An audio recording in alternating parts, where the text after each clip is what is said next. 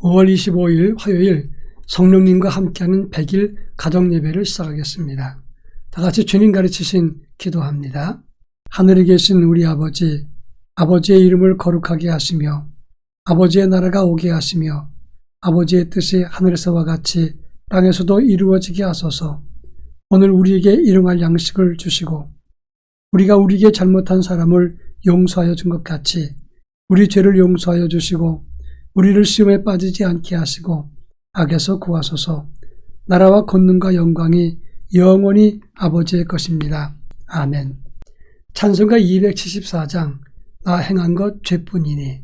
찬송가 274장을 다 같이 부릅니다.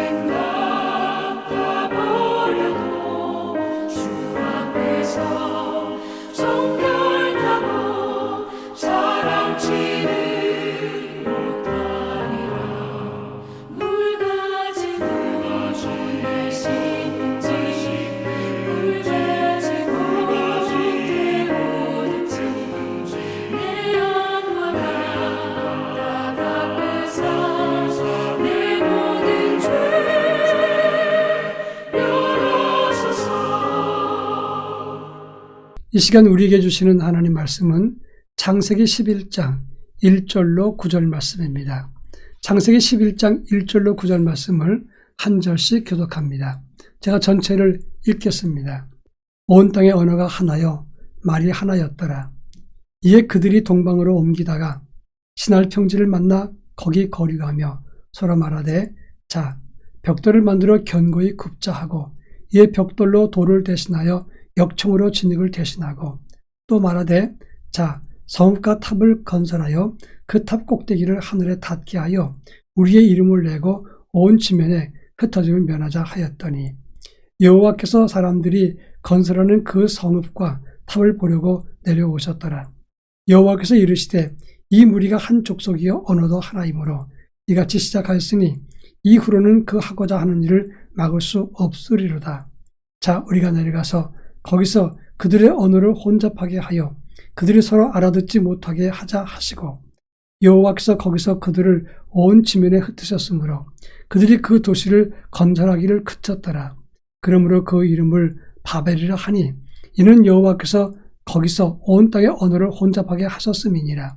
여호와께서 거기서 그들을 온 지면에 흩으셨더라. 아멘. 하나님의 선택된 백성들이 하나님과 교제하고 성령 안에서 기쁨과 감격을 누리는 삶을 사는 것은 믿는 이로서 정상적인 삶입니다. 그런데 예수 믿으면서도 주님 주신 기쁨과 감격을 오래 지속하지 못하는 이유는 어디 있을까 하는 것입니다. 그 이유는 하나님과 우리가 서로 교제해야 되는데 그 교제가 단절되고 교만과 불순종과 죄와 허물이 우리 안에 찾아오기 때문이라고 하는 것입니다. 그래서 주님 주시는 기쁨과 행복을 누리지 못할 때가 많은 것입니다.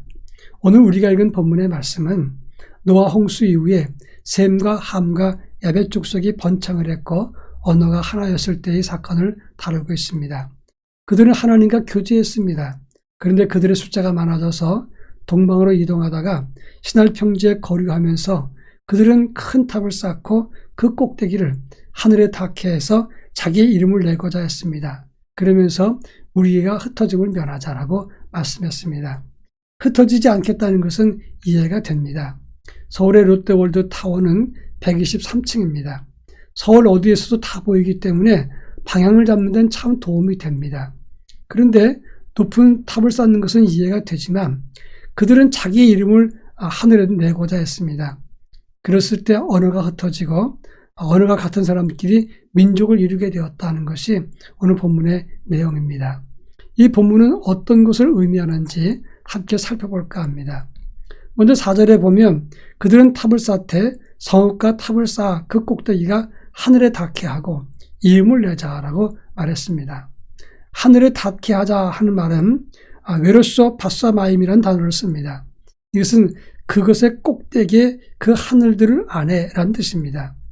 이것은 자기들의 실력을 하늘들, 다시 말해서 하나님이 계신 그 하늘까지 높이겠다는 말이고 하나님과 비기고자 하는 인간의 교만을 말하는 것입니다.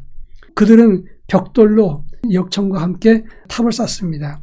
여기서 말하는 역청이라는 것은 해마르라고 하는 건데 지금의 아스팔트로 이해가 됩니다. 그들은 건축기술이 발전했습니다. 그 건축기술이 발전한 것 가지고 교만된 마음으로 하나님과 비기고자 견주겠다는 마음으로 그들은 탑을 쌓았던 것입니다. 마태복음 11장 23절에 보면 내가 하늘까지 높아지겠느냐 음부에까지 낮아지리라 이렇게 말씀했습니다.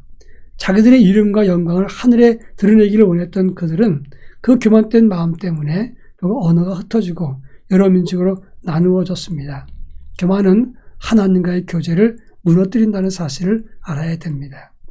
그런가 하면 6절에 보면 하나님의 사자가 오셔서 이 바벨탑을 둘러보시면서 이들이 한 족속 한 언어이기 때문에 이렇게 시작했으니 이후로는 그 하고자 하는 것을 막을 수 없으리로다 이렇게 말했습니다. 이 말은 하나님이 인간의 일을 막지 못한다는 뜻이 아닙니다. 하나님은 사람들에게 자유의지를 주어서 자기 마음껏 자기 의지대로 행하게 했습니다. 그런데 이런 자유의지를 가지고 하나님과 비교하고자 하는 교만과 악한 생각을 가졌을 때 이것을 어떻게 하면 좋은가 이런 말이 되는 것입니다. 하나님은 우리를 기계로 만들지 않았습니다. 스스로 생각하고 판단하게 만들었는데 인간은 스스로 교만하고 우쭐해서 일을 저지르고 책임은 지지 않고 사악함과 교만된 마음으로 하나님과 비기고자 했다고 하는 것입니다.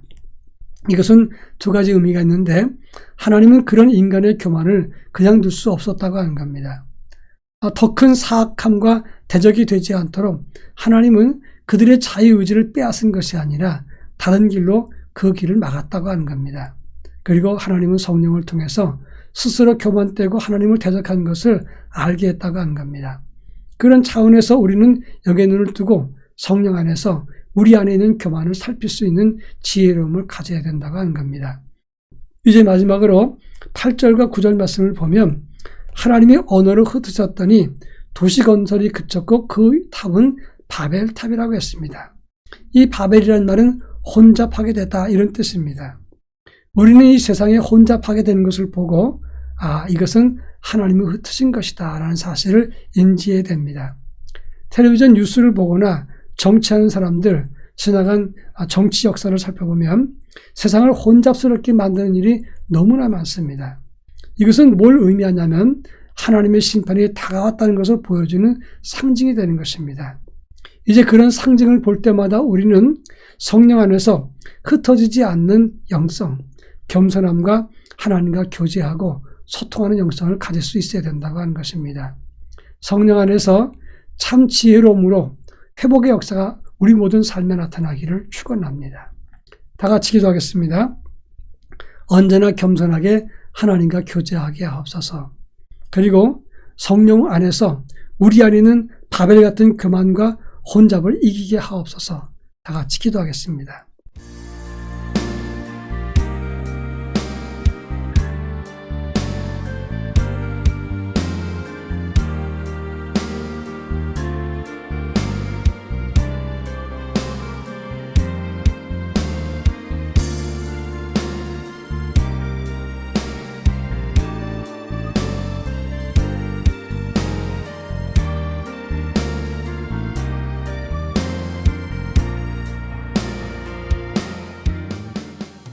사랑 많으신 아버지 하나님 감사합니다. 성령 안에서 겸손하게 하나님과 교제하는 삶을 가질 수 있도록 은혜를 덧입혀 주시고 또 성령을 통해서 우리 안에 생겨난 이 바벨과 같은 교만과 강팍함을 극복하고 이기는 하나님의 지혜를 갖도록 인도해 주옵소서. 예수님의 이름으로 기도합니다. 아멘.